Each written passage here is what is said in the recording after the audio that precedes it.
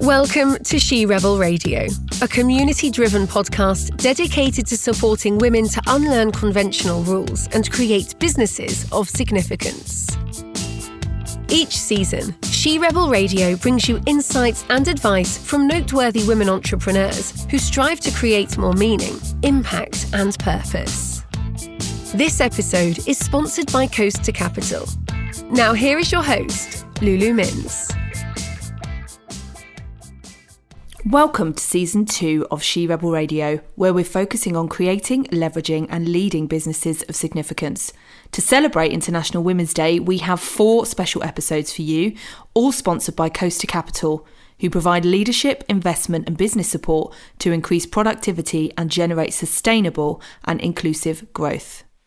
This is episode 68, Quality Starts Here, with Rachel Lavelle. Rachel is the director of Loroma Foods, which is an award-winning, quality and custom-built bakery that produces a number of different types of cakes, bakes, energy balls and protein snacks. Rachel, along with her brother, started the business from scratch and despite the challenges of 2020, exceeded an impressive turnover, which is due to triple in 2021. Rachel, it's great to have you here. How are you today? I'm very well. How are you? Yeah, I'm good, thank you. The sun is shining and I feel that spring is on the way. Oh, that's so lovely. And at work at the moment, we can walk in and see the daffodils everywhere. It's just such an uplift to see the blue sky and the daffodils in the morning. Yeah, I think we're all appreciating the daffodils even more than usual this year. Yeah, definitely. Been a long time coming, but we're still there now. It definitely has. It has. But yeah, we are indeed. So I'd love to start with, you make a really wide range of baked goods infused with high protein, low sugar, vitamins and minerals. Energy balls, I know, are a really small part of your range, but they are one of my favourites.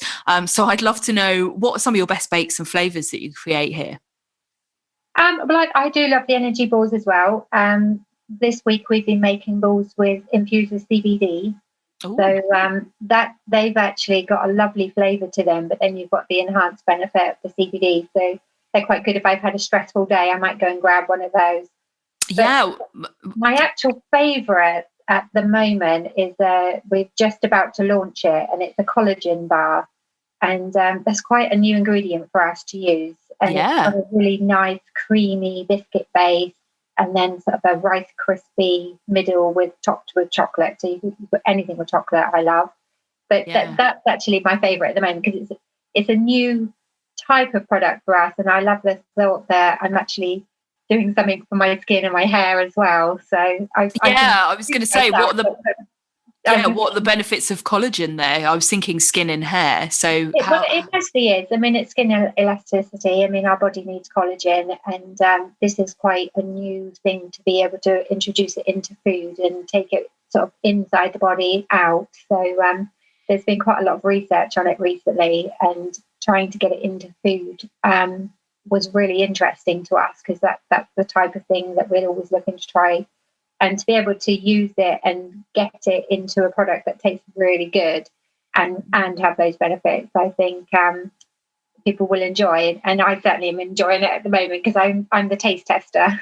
Nice. I know it's win-win. I was going to say I already want to try one of those. So let me know where I can get them. We'll put the link in the show notes. So you started the business from scratch with your brother, with quality food, quality production, including your custom-built bakery. Where did the business all start for you, and what was going to be different about the quality of Loroma Foods, which we've already heard a little bit about what you're doing that's different? So everything that we do. So when we first started the business, we weren't quite sure. We'd come from a traditional bakery. We were making sponges and tray bakes and for the food service industry, and we didn't want to do the same because we knew we wouldn't be able to compete because we're a small bakery. So we had to try and think, what could we do? And so we started looking around. There's so many exciting new entrepreneurs, people starting up brands, that we felt that we could add something to them because we've got the experience of the industry, knowing how to get into retail, the supply chains, things like that. So we felt we could offer smaller brands something different. And that's really how it started. And it sort of led us on to the proteins, the CBDs, the collagen. And then it became sort of really what we're known for, trying to do something bespoke, totally different. We have a different perspective on how we work, in that whoever we work with becomes part of our family, if you like, and we work together collaboratively. So they would come down, spend the day with us. We would input. So somebody might have an idea in the kitchen at home, but that doesn't always translate into the bakery and into mass production. Mm-hmm. So we could fuse together, what they're looking to achieve with what's achievable, and then obviously marketable and profitable.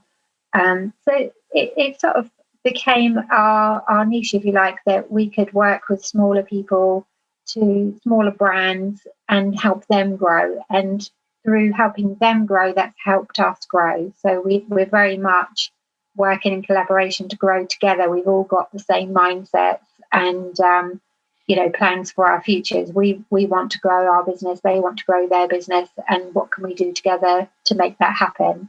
Yeah, and it sounds like collaboration, as you said there, is a real key part, as well as same mindset, growth mindset. Yeah. In terms of where did it all start for you, in terms of actually, working in a traditional bakery and I don't want to do this anymore and I want to start my own thing? Well, in terms of actually going into the bakery, my brother has been a baker for over 20 years. He used to work for a bread baker, and he sort of has done it for a long time. He moved into the cake bakery, and he actually was a shareholder in that business. And myself, my husband, and my son, we'd been living in Canada, and we came back in 2012, and we all needed a job. Yeah. And so he's like, well, why don't you come and work for me? It was a lead up to Christmas. They needed some extra staff. Why don't you come and work with me? Mm-hmm. So we did. So all three of us, my husband, my son, and myself, went and worked in the bakery. And 5 years later, I was actually the general manager. My husband was a logistics manager. My son was a sales manager. And we'd sort of grown with the business. In those sort of 5 years, it had grown tenfold. So we'd grown with it, and really liked the industry.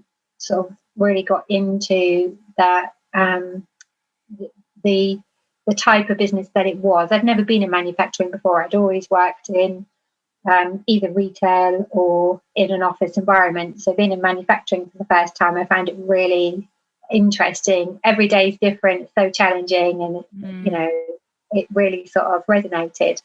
So by the time that business unfortunately went into administration, so we were at a point where all four of us were, well, what should we do then? And that's sort of what led us on to, let's do something for ourselves.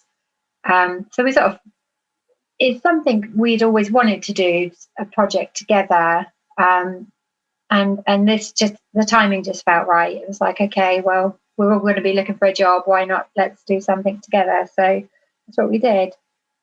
Yeah, and it's so interesting, isn't it, when we find ourselves in these places of creating opportunities. And as you said, it started off as a kind of Christmas temping, stayed there for 5 years, with all of the family. And then when that kind of folded, it is creating an opportunity for yourself.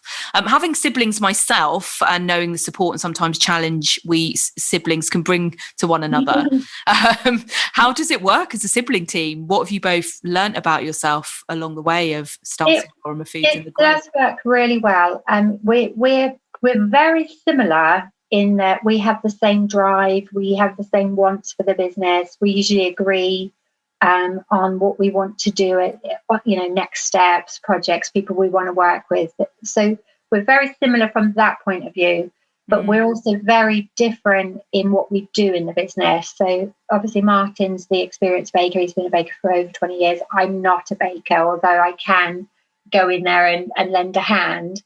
He does all of the he has all of the ideas for the new products, the development.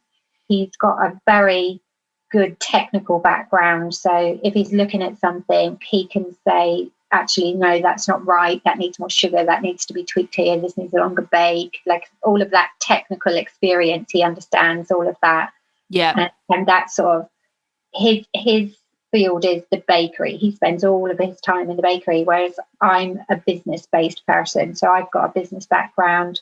I manage all the finance, the sales, the staff. I make sure that we've got everything we need to make the products. I do all the planning of our growth, manage our, future plans. So it works really well. We can agree together a project, and then it's okay, well, we're going to do this, but actually we need this equipment. So he's done the work to develop a project. I put all the resources behind it to make sure we can drive it through and it fits within the business. So we work very collaboratively, again, in that he's the specialist in his field and I'm a specialist in my field, but together they blend and they work together to go towards our ultimate goal. Yeah, I love that. It indicates really strongly there that you agree on the values, the vision, where you're going, but your roles are very different. And it has to be, I think. I think you have to have your own. I mean, it's like working with my husband. I've worked with my husband now because we had our own business in Canada. So I think we've worked together for about 15 years. And the only way that works is by having your own areas of expertise. That this is my world, that's your world, and you can't be doing the same thing together, and that's where conflicts and argument come in if you don't agree. But if you've got ultimately the end game is the same, this is what I'll do to get there and that's what you'll do to get there, then I think those boundaries help to stop arguments happening. Yeah, it's a little bit like Dirty Dancing. This is my space, this is your space. Absolutely. It sounds like you're not going to argue with your brother about how much sugar and the taste and that's his craft. And no, exactly. I mean, we do both feed into each other because he'll come to me and say, what do you think of this? And we do all talk about ideas, but he's the expert in how to get to where we need to get to. And my son has actually become our technical manager. So the part that he's involved in is all of the actual technical nutritional parts. So we might make a recipe, but it needs, say, to be a high protein. So it's got to fit a certain spec. So he'll come along and, together he might say, okay, well, you can't have that much sugar because we're going to be declaring low sugar and the parameters for that are X, Y, Z. And so that fits quite nicely as well because he's very good at the detail and getting into the numbers of the technical aspect. So it is ultimately everybody decides whether it fits from technical, whether it fits from a costing perspective. I mean, there is an aspect of whether the people that we're working with fit with our ethos and that we can work together because we very much want people to work with us and not, we're not working for them and they're not working for us. We're in it together, and that we need to know that they've got the same vision to grow and to, appreciate what we can do and what they can do and support each other through it. Mm-hmm. Yeah, so it sounds like working together and collaboration is a really strong part of your ethos. Yeah. I mean, we've actually, parted ways with some people that don't sort of get that because I think you not everybody, some people are a bit guarded in what they want to tell you. And if they don't give you a forecast, then things like that, or open the costings. I mean, we have to be open. We have to be honest with each other about what we can do and what they can do and make sure that our visions are together. Yeah. So it's almost, somebody described it to me as, I feel like I've gone on Dragon's Den when I come and sit with you because, I'm asking all those questions because I want to know that we're all fitting together properly because I don't want to waste anybody's time if I don't think it's going to work. I had a lady that wanted me to make a chocolate chip cookie, and I said, well, okay, but there's lots of chocolate chip cookies out there. Anybody can make them at home. What's special about this? And she said, well, I just want it to be the best. I said, well, how is it going to be the best? What's going to be selling this? And, by the time we'd sort of gone through what her thinking was, she wanted to sell it for like £3 a cookie in Asda. And you think, it just it's not going to work. So, you know, people even get a bag of cookies in Asda for about £1 or 50p or something. Yeah. So why would you buy one cookie for £3 in Asda? You know, it doesn't work. So what has that meant for your kind of business growth, being brave enough, courageous enough to let go of the people that you know that are just not going to be a good fit to work with? Well, it was terrifying in the beginning, and it sort of goes against the grain, really, because when you're growing, you feel like you should take everything. But actually, I think it's helped because we haven't made a single sales call in over 2 years. People are seeking us out and looking for us because they know that we can deliver something different. Yeah. And I think everybody's looking for that USP in the market, that, you know, because you need it now. You need to be disrupting the market if you're going to, you know, launch a brand and that be somebody different and recognised. So we were lucky. I mean, like I said, in the beginning, it was terrifying and you sort of felt like you should do it. But we also felt like you have to start off how you want to go on. And that's how we've always said we wanted to work. We wanted to work collaboratively, and we wanted to be working with the right people. I think sometimes when you work with a big corporation and, you know, sometimes you're working with really big customers, they dictate a lot of what you can do in your own business. Yeah. And it was important to us to be in control of our destiny and in control of what we did and didn't do, and we weren't dictated to on price or integrity of the product or packaging or anything that, you know, we felt strongly about. So now we can feel confident that what we're doing, we 100% behind it. We believe in the product. We believe in the people that are making that product with us and, you know, within the brands. So every brand we work with, you know, I'm a champion for, because I love the people and I love what they're doing and I want them to succeed. And I think that goes a long way towards your enthusiasm for the business. Yeah. Yeah, and it sounds like, you know, that needed some difficult decisions at times of no to particular clients, not going after the big corporate companies that can dictate that you know, sacrifice quality for cost and all of that kind of stuff. So that's amazing. Now, 2020 was a massive year for you, but difficult in terms of manufacturing with new protocols and everything that was coming in.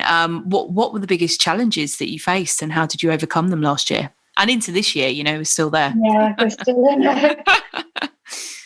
The biggest challenge initially was just keeping everybody safe. And it was terrifying because, you know, you still want to be able to work. You still want people to come into work. But at the same time, you know, that responsibility was really, really heavy weight to carry around. And, you know, how many people do you have working for you? Is it quite a large team? We have 19 people. Okay, yeah. And so we're not huge, and we sort of spread that over 2 shifts. But, you know, our initial, when we went into lockdown last March, was we did furlough the majority of people, really just to think, you know, give ourselves some time to think about how are we going to do this? How is this going to work? How can we keep everybody safe? And there was a lot of work to restructure the bakery. We actually extended it out, so we provided more space so that people could work further away from each other.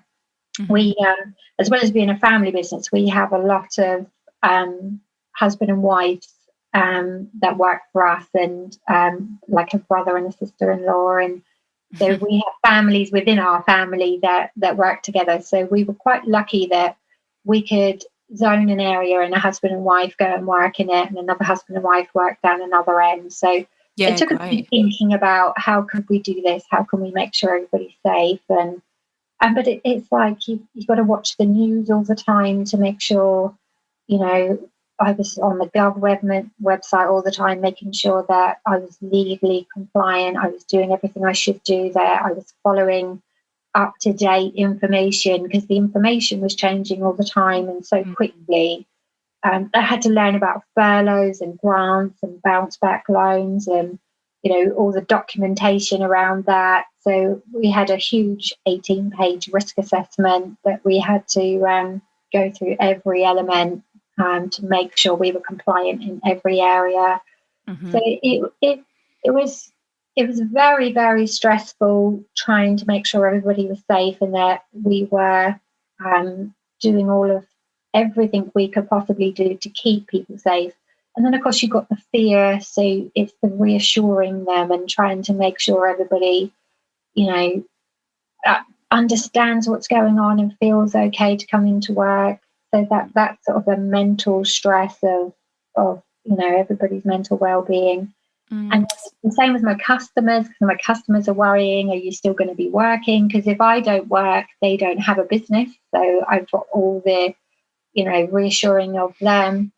At the same time, you're terrified for yourself and your family and every, everybody, all your friends that you know. So it was very, very difficult.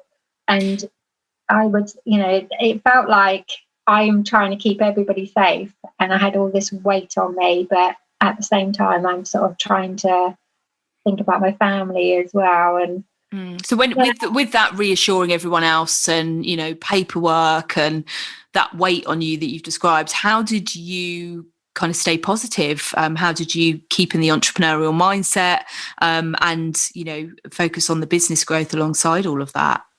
I think you've just got to take it a day at a time. I mean, every day it was, okay, what are we going to deal with today? What are we going to get through today? And then, you get to the end of the evening and you say, okay, well, we did that. We got through that. We can do this if we just, like you say, you've got to stay positive. I mean, I'm a great believer in mindfulness and visualization. I do a lot of meditation. I come home and I have my quiet time and, just, relax and try and take off the weight of the day and not worry too much. But it's just taking it a day at a time. I mean, I was very lucky because we have those relationships with our customers and our staff and even our suppliers. Mm-hmm. It does come back to you. I mean, I love working with my customers because they're all business owners. I can be honest with them and say, oh my God, I've had such a worry today, and this has happened and that happened.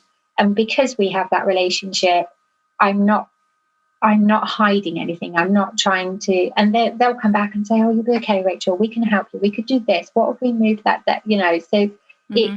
That collaborative relationship does come back to support you in those times. And it's been really nice actually I feel like in some ways the last year people have been more open and honest about how they're actually feeling, which has been really nice. It's been really refreshing. I mean, I can remember going to networking meetings a couple of years ago and you ask somebody about their business and like, oh, our business is great, we're growing, we're this, we're that. And it's that fake upbeatness that nobody was honest. And I do feel like there's been a lot more honesty and it needed to be that because it is tough and it's not easy, for people in any walk of life in this last year, whether you've been furloughed or working from home or, still working, everybody's had challenges that they've had to overcome. And it's nice to recognise that.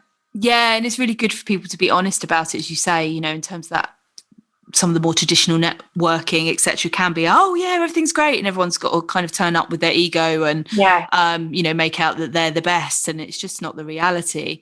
Particularly this year, but in general, there's always struggle, isn't there? And bad days and good days. How is you mentioned kind of meditation and time for you? How does that support you to stay positive and on top of it?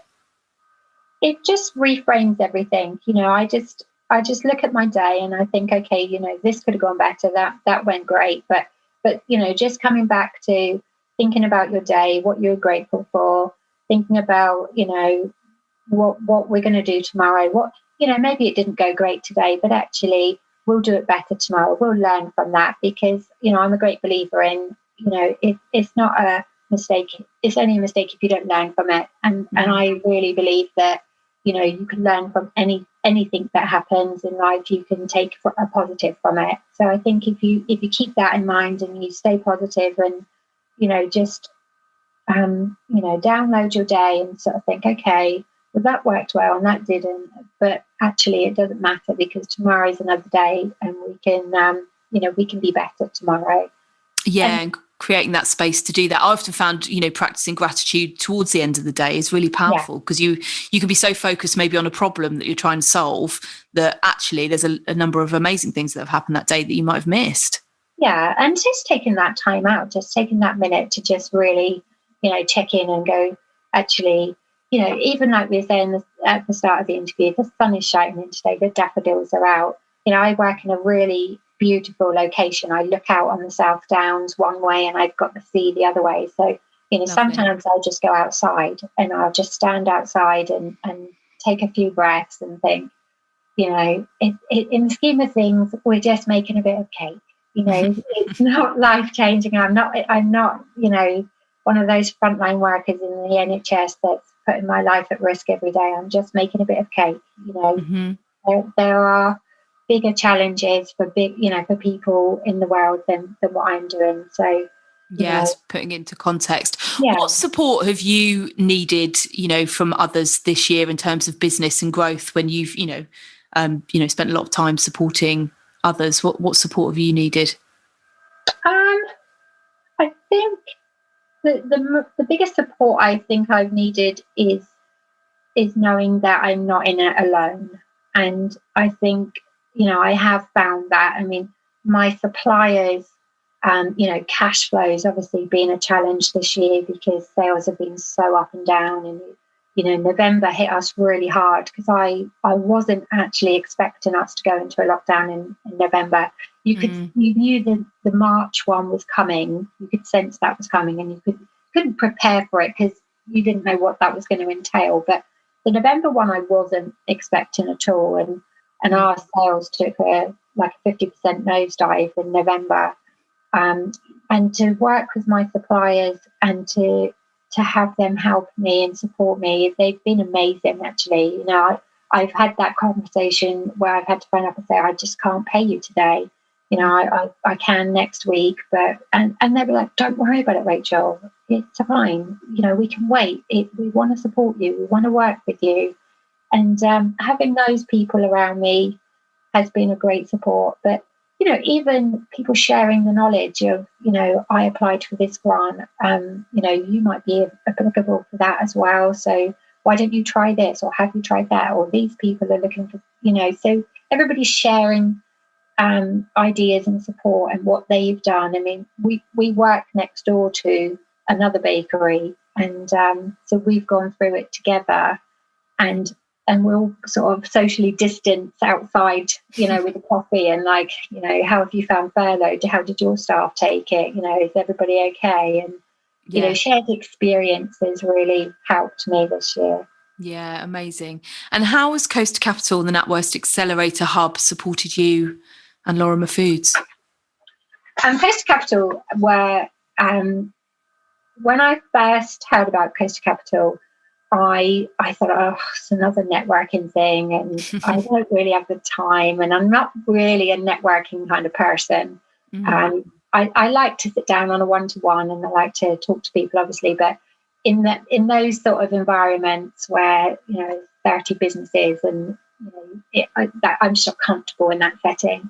But I was invited to do a cohort a couple of years ago, and it was just going to be half a dozen business owners, all around about the same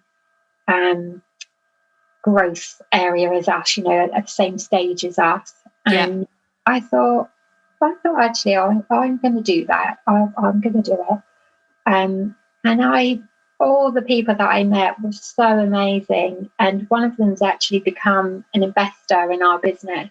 Mm. And since he's invested in us, we've actually developed a range of products for his company. So we're now partners in that. So Coast to Capital, I've got a business mentor that I can call up and, have a chat to about different ideas that I'm thinking. And he's really good. He's very experienced. And, they're just the number of resources available to you is incredible, really. And the support that I've had just they'll phone me up and say, how's things going? Are you okay? And that's just lovely. Having somebody phone you up to ask if you're okay and how things are going can be a real boost. And that when I banked with NatWest, I had a phone call one day to say the bank manager wanted to come and see me, and I was like, what? Why? What have I done? And I was really worried. So we get that single response. Yeah. And he turned up, and he was lovely, and he was just coming to visit us to ask what the bank could do to support our business. And I actually spoke to him on Monday. We had a Zoom call on Monday, and he just called me up just to see how we were getting on and how we were doing. And I just love that. I just think I'd never imagined I'd have such a good relationship with the bank manager that just phones me to ask how I am and supports, our business and has helped us with lots of different things. Yeah, it makes such a difference. Definitely. So what is next for you and Loroma Foods in 2021, and as we hopefully see the world open up again? Well, we've got lots of new projects coming up. We, as I said, the collagen bar will be launching very shortly, so I'm quite excited about that. We're working with another business that it's very exciting. They've actually found a way to dehydrate waste fruit. So they're working with farms in West Sussex to take all of the waste fruit, which is over 600 tons a year. Wow. Dehydrate it, and then they've given it to us as an ingredient, which we've developed a range of products in. So that zero waste and being able to take something that was going to be thrown away and turn it into a really nice product. Actually, it is the protein ball, actually. Nice. So I'll have to let you try some. Yes, definitely. But we're actually going to be launching a new brand this year. So we've gone into partnership with a marketing company because the branding part of things has never really been of interest to Neil Martin because, I want to run the business. He wants to make the product. So spending the time on the brand has not really been something that we've prioritized. But we met a local business which specialise in growing businesses and building a brand. So we've partnered with them. So we've developed a range of products that they're now going to brand and do all the sales and the marketing for, and we'll manufacture it. So we're really looking forward to seeing that on the shelves this year as well. Amazing. Lots of exciting things happening, Rachel. It's been really amazing to have you with us today. Anything else you want to share before we go? Just that we're going to get through this. So let's all stay positive and, take the good things that have come from it and let's not worry about the bad things and try and, move forward together and work collaboratively. Amazing. Thank you, Rachel. Yeah, thank you. Thanks for listening to She Rebel Radio, the podcast for women unlearning conventional rules and creating their businesses of significance. She Rebel Radio is executive produced by award-winning coach and advocate Lulu Minns. If you enjoyed this episode, make sure to hit subscribe. And if you're feeling social, find Lulu Minns and the She Rebel Radio community using the links below.